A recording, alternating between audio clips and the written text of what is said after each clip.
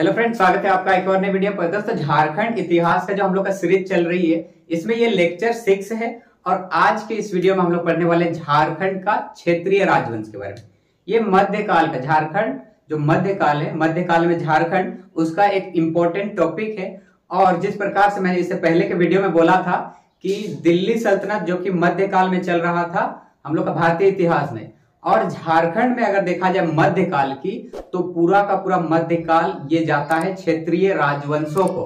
तो मध्यकाल में झारखंड, हम लोग इससे पहले वाला वीडियो में देखे थे कि जितने भी क्षेत्रीय राजवंश थे उनका दिल्ली सल्तनत के जो शासक हुए या फिर मुगल के जो शासक हुए उनके साथ क्या संबंध था, कौन कौन से इंपॉर्टेंट पॉइंट हम लोग उसमें से पढ़े थे, एग्जाम की दृष्टि से कौन इंपॉर्टेंट है, क्या याद किए थे। और आज के इस वीडियो में हम लोग डीपली पढ़ने का प्रयास करेंगे क्षेत्रीय राजवंशों के बारे में। तो अगर झारखंड का हम बात कर रहे हैं, झारखंड में क्षेत्रीय राजवंश की बात करें तो हमको अगर टोटल ओवरऑल अगर हम बोले तो हमको पढ़ना क्या क्या है, तो झारखंड में पढ़ना है मुंडा राज के बारे में, फिर छोटा नागपुर का नागवंश पढ़ेंगे, पलामू में दो चीज पढ़िएगा, पलामू में रक्सेल वंश और पलामू में चेरो वंश, और सिंहभूम का सिंह वंश हमको पढ़ना है, मानभूम का मान वंश, ढालभूम का ढाल वंश। फिर कुछ इंपॉर्टेंट राज्य जो बड़े बड़े राज्य हुए, जैसे रामगढ़ राज्य हो गया, खड़गबिहा हो गया, और एक हो गया पंचेत राज्य। तो इन टोटल को मिला के हम पढ़ते हैं झारखंड का क्षेत्रीय राजवंश के बारे में। तो झारखंड का क्षेत्रीय राजवंश में सबसे पहले पढ़ेंगे मुंडा राज के बारे में।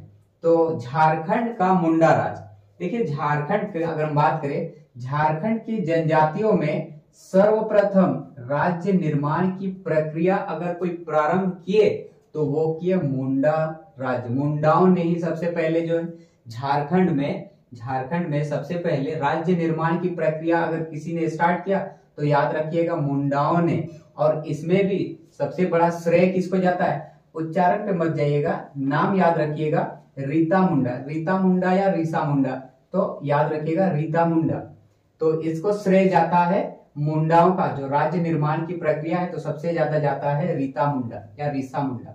और इसने क्या किया, रीता मुंडा, इसने एक शासक नियुक्ति किए सबसे पहले, शासक, और उसका नाम था सबसे पहले किसको नियुक्त किए, तो सुतिया पाहन को नियुक्त किए। सबसे पहले सुतिया पाहन को एक शासक नियुक्ति किए, और सुतिया पाहन अपने ही नाम के अकॉर्डिंग, अपने ही नाम के थ्रू जो है राज्य का नाम भी रख दिया, और उस राज्य का नाम रख दिए सुतिया नागखंड। तो सुतिया नागखंड जो है सुतिया पाहन ने अपने नाम के अकॉर्डिंग रखा, उस क्षेत्र का, उस जगह का। और जो सुतिया नागखंड इसको टोटल 7 गढ़ों में विभाजित किया है। अपना जो क्षेत्र है, देखिए शासन व्यवस्था सुचारू रूप से चलाने के लिए जो कोई भी शासक अपना क्षेत्रों को जो है छोटे छोटे टुकड़ों में विभाजित करता है। जैसे अभी की अगर वर्तमान सिचुएशन की बात करें तो झारखंड जो हम लोग का राज्य, जैसे भारत संघों का एक ग्रुप है, भारत जो झारखंड की बात करें तो झारखंड जो है हम लोग का एक राज्य है, और इस राज्य के अंदर हम लोग 5 प्रमंडल पढ़ते हैं, और 5 प्रमंडल के अंदर जाते हैं तो हमको 24 जिले मिलते हैं, जिले के अंदर जाते हैं तो ब्लॉक्स मिलते हैं, ब्लॉक्स के अंदर जाएंगे फिर पंचायत मिलेंगे। तो उसी तरीके से छोटे छोटे टुकड़ों में डिवाइड करते हैं। तो जो सुतिया पाहन है अपने राज्य को, सुतिया नागखंड नाम है, उसको टोटल 7 गढ़ों में विभाजित किया, 7 गढ़ में विभाजित किया, और 21 परगना में विभाजित किया। तो याद रखिएगा 7 गढ़, और अभी वर्तमान में उनका नाम क्या है, तो देखिए लोहागढ़ मिलेगा, पालुनगढ़, सिंहगढ़, मानगढ़, सुरगमगढ़, केसलगढ़, और एक याद रखिएगा हजारीबागगढ़। इनका भी अगर वर्तमान क्षेत्र की बात करेंगे, लोहागढ़ अब है लोहरदगा, पालुनगढ़ पलामू, सिंहगढ़ सिंहभूमला, मानगढ़ मानभूम, सुरगुम जो गढ़ है सुरगुमगढ़ या सुरगुजा, केसलगढ़ ये केसलगढ़ होगी, और जो हजारीबाग वाला है वो हजारीबाग। तो इस प्रकार से टोटल जो सुतिया पाहन है अपने सुतिया नागखंड क्षेत्र को 7 गढ़ों में विभाजित किया था। लेकिन ये जो मुंडा राज है, मुंडा राज झारखंड में अधिक समय तक चला नहीं। इसके बाद सबसे पहला तो हो गए थे सुतिया पाहन, और सबसे अंतिम जो शासक हुए थे वो मदरा मुंडा। ये याद रखिएगा, एग्जाम में पूछा जाता है कि मुंडा राज का, मुंडाओं में सबसे पहले जो शासक हुए वो सुतिया पाहन, और अंतिम कौन हुए, तो मदरा मुंडा जो है अंतिम हुए। और इसके बाद ही मुंडा राज के बाद शुरू हो जाता है नागवंश। तो नागवंश का जो सबसे पहला शासक या नागवंश का संस्थापक याद रखिएगा कौन थे? तो याद रखिएगा फणी मुकुट राय। फणी मुकुट राय जो है संस्थापक हुए छोटा नागपुर खास का नागवंश का। और इसके जो संस्थापक है, इसका जो हम बोलेंगे जो डेट है कब बने उसके अकॉर्डिंग उससे रिलेटेड जो है एक मतभेद है। लेकिन जी रीड की बात करें तो उसके अनुसार जो इसकी स्थापना हुआ था वो 10वीं सदी में हुआ था। नागवंशी राज्य की स्थापना जे रीड के अकॉर्डिंग नागवंशी राज्य की स्थापना हुई थी 10वीं सदी में। संस्थापक तो हो गए फणी मुकुट राय, और फणी मुकुट राय को नागवंश में बोला जाता है आदि पुरुष। फणी मुकुट राय को बोला जाता है। और इन्होंने क्या किया, जो एक बहुत उस समय बहुत पावरफुल एक राज्य था, हम लोग यहाँ पढ़ेंगे आगे चल के, पंचेत राज्य। पंचेत राज्य के साथ जो है इन्होंने वैवाहिक संबंध स्थापित किए जिससे कि ये और पावरफुल हो गए। और उसके अकॉर्डिंग ही इन्होंने क्या किया, केंझर राज्य पर पराजित कर लिया फणी मुकुट राय। और ये पंचेत राजा की मदद से किए थे। पंचेत राजा की मदद से अभी उड़ीसा में दक्षिण भाग है झारखंड का दक्षिण वाला भाग है केंझर, जो अभी उड़ीसा में है, उस पर जो है वो जीत हासिल किए थे पंचेत राजा की मदद से। और फणी मुकुट राय क्या किए, अपना जो राज्य है उसको 66 परगना में विभाजित किया, 66 परगना में। और इसने अपनी जो राजधानी बनाई वो सुतियाम्बे को बनाई, सुतियाम्बे को अपनी राजधानी बनाई। और सुतियाम्बे में ही सूर्य मंदिर का निर्माण भी कराया। तो याद रखिएगा फणी मुकुट राय ने। और फणी मुकुट राय अपने राज्य में गैर आदिवासियों को भी आश्रय दिया, गैर आदिवासियों को भी, जो आदिवासी नहीं है, गैर आदिवासियों को आश्रय दिया। और उसी आदिवासी में से ही एक नाम याद रखिएगा, भवराय श्रीवास्तव। भवराय श्रीवास्तव उसको अपना दीवान भी बना दिया, तो फणी मुकुट राय।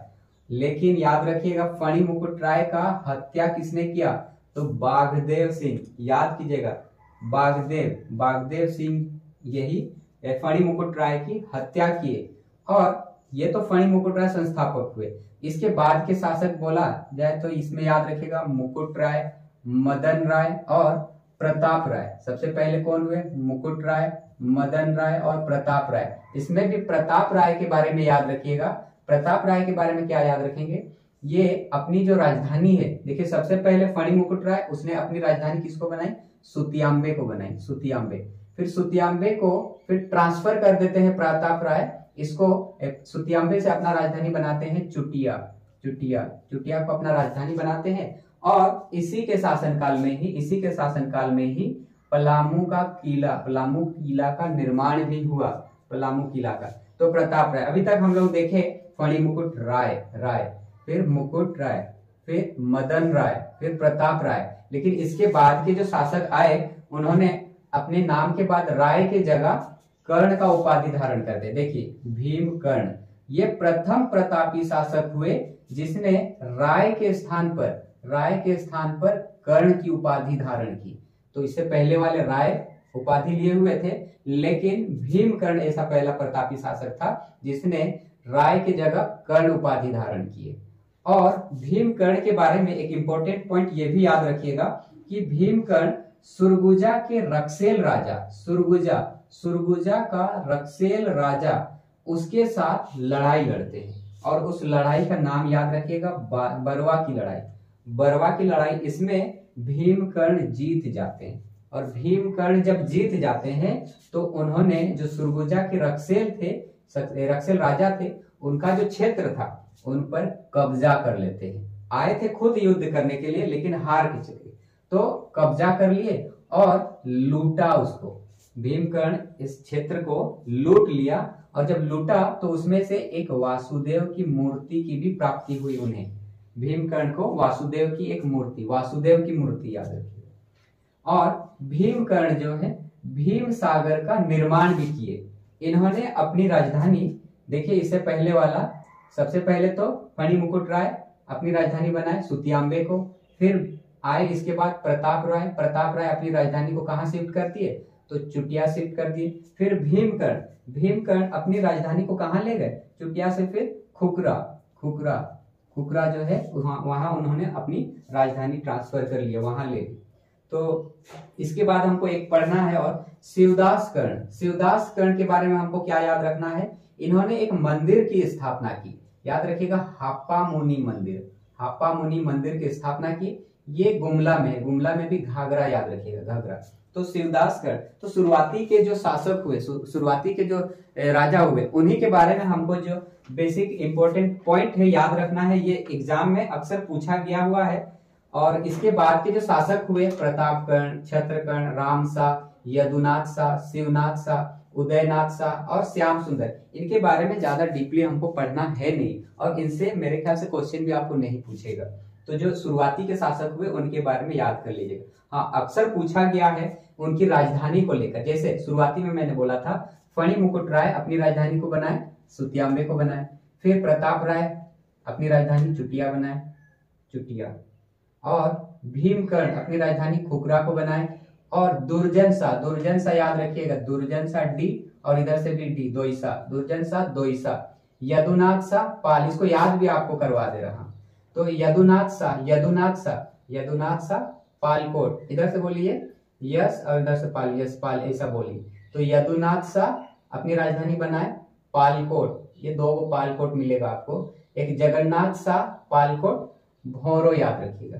और उदयनाथ शाह अपनी राजधानी कहाँ ली, अपनी राजधानी बनाए तो रातूगढ़ में। ऐसा बोलिए सूर्य उदय हो रहा है रात में, सूर्य उदय हो रहा है रात को। ऐसे चीजों को कनेक्ट करते हैं तो हमको इजीली याद होता है। तो उदयनाथ याद रखिएगा, रात से रातूगढ़, तो उदयनाथ शाह अपनी राजधानी रातूगढ़ को बनाए।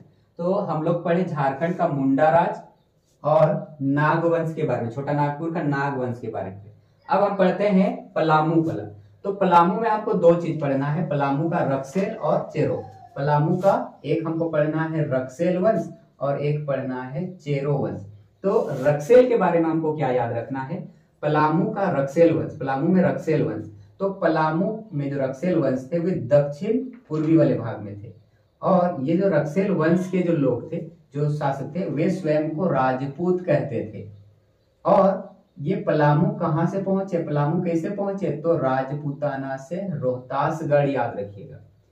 पलामू में जो ये रक्सेल वंश है, इसमें हम लोग पढ़ेंगे दो शाखाएं, एक है देवगन और दूसरा है कुंडेलवा। और सर्वाधिक संख्या अगर हम बात करें पलामू का, जो रक्सेल वंश वाला जगह है, जो दक्षिण पूर्व वाला हम बात कर रहे हैं, तो पलामू वाले में सर्वाधिक संख्या में कौन से जनजाति रहते थे, तो याद रखिएगा खरवार, इसमें भी प्रमुख थे शासक प्रताप धवल। याद रखिएगा खरवार जनजाति सबसे ज्यादा थे, इनके अलावा भी बाकी सब थे, तो ये इंपॉर्टेंट हो जाता है। तो सर्वाधिक संख्या बोलने से खरवार। लेकिन रक्सेल के बाद ही हमको पढ़ना है चेरो वंश। पलामू का रक्सेल वंश को जब पराजित कर देते, रक्सेलों के पराजित जो है, पराजित से चेरो वंश जो है आगे चलकर स्थापना होती। तो पलामू में चेरो वंश जो है स्थापना कौन करते हैं, तो भागवत राय करते हैं, इनके बाद ही आते हैं। भागवत राय नाम याद रखिएगा, सिर्फ आपको ज्यादातर चांसेस है यही पूछने का। तो चेरो वंश में जो संस्थापक हुए वो भागवत राय। आगे हमको पढ़ना है सिंहभूम का सिंह वंश के बारे में। तो इसकी नामकरण, सिंहभूम की नामकरण की बात करें तो सिंहभूम का नाम, ये सिंहभूम का नाम आया कहां से, तो ऐसा हुआ कि हो जनजाति के अनुसार सिंहभोंगा के नाम पर ही इस क्षेत्र का नाम जो है सिंहभूम पड़ा। तो सिंहभूम नामकरण कहां से मिला, तो सिंहभोंगा के नाम पर, और ये हो जनजाति के अनुसार। तो वंश प्रभा लेखन, ये वंश प्रभा लेखन क्या है, ये सिंह वंश का एक ग्रंथ है। और सिंह वंश का ग्रंथ में ही हमको दो शाखा इसमें भी पढ़ने को मिलती है। इसका वर्णन, दो वर्णन यहाँ मिला हुआ है, यहाँ भी दो शाखा, पहली शाखा और दूसरी शाखा। पहली शाखा की शुरुआत की अगर हम बात करें, आरंभ कब हुआ था, तो 8वीं सदी के आरंभ में। पहली शाखा की स्थापना कब की गई थी, तो 8वीं सदी के आरंभ में। और दूसरी शाखा की स्थापना 13वीं सदी के आरंभ में की गई। इंपोर्टेंट ये वाला हो जाता है काशीनाथ सिंह। पहली शाखा का संस्थापक काशीनाथ सिंह के, याद रखिएगा पहला वाला के, और दूसरी शाखा का संस्थापक दर्प नारायण सिंह, के डी, पहला वाला के से काशीनाथ सिंह, दूसरा वाला दर्प नारायण सिंह। और जो काशीनाथ सिंह हम लोग यहाँ पढ़ रहे पहली शाखा, इसमें 13 राजाओं ने शासन किया। 13 राजाओं ने शासन किया, पहली शाखा वाले। और 8वीं सदी की हम बात करें, 8वीं सदी, इमेजिन कीजिए, दूसरी शाखा 13वीं सदी वाला, और इसके जो संस्थापक हुए थे वो दर्प नारायण सिंह, और इन्होंने स्थापना किए थे 1205 में। 1205 में, 13वीं सदी बोल रहे हैं ना, तो 1205 में स्थापना किए थे। और हम लोग इसी में पढ़ेंगे जो दर्प नारायण सिंह है, दर्प नारायण सिंह, हम दूसरी शाखा पढ़ रहे हैं। दर्प नारायण सिंह के बाद शासक कौन हुए, तो दूसरा हुए युधिष्ठिर। और इसके बाद के शासकों की अगर हम बात करें तो काशीराम सिंह, फिर अच्युत सिंह पढ़ेंगे, त्रिलोचन सिंह, अर्जुन सिंह पढ़ेंगे, जगन्नाथ सिंह। ये जगन्नाथ सिंह 13वां शासक था, 13वां शासक था। लेकिन इसमें से एक याद रखिएगा काशीराम सिंह के बारे में। काशीराम सिंह अपनी राजधानी पोरहाट को बनाई, पोरहाट को अपनी राजधानी बनाई। काशीनाथ सिंह, काशीनाथ सिंह अपनी राजधानी किसे बनाई, तो पोरहाट, KP, काशीनाथ सिंह पोरहाट को बनाया। और अच्युत सिंह के बारे में याद रखिएगा, ये पौरी देवी की प्राण प्रतिष्ठा, जो ये सिंह वंश की कुल देवी के रूप में स्थापित। अच्युत सिंह याद रखिएगा, पौरी देवी की प्राण प्रतिष्ठा। और जगन्नाथ सिंह जो कि 13वां शासक थे, ये 13वां शासक जो थे, इन्होंने बहुत उत्पीड़न करते थे। इनसे उत्पीड़न, इनके उत्पीड़न से तंग आकर भूइयां जो जनजाति थी, भूइयां जनजातियों ने विद्रोह किया था।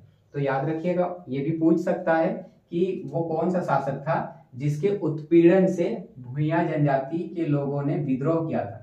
तो याद रखिएगा जगन्नाथ सिंह द्वितीय, इसके याद रखिएगा, इसके जो उत्पीड़न थे, इसके उत्पीड़न से भूइयां जनजाति के लोगों ने विद्रोह किया था।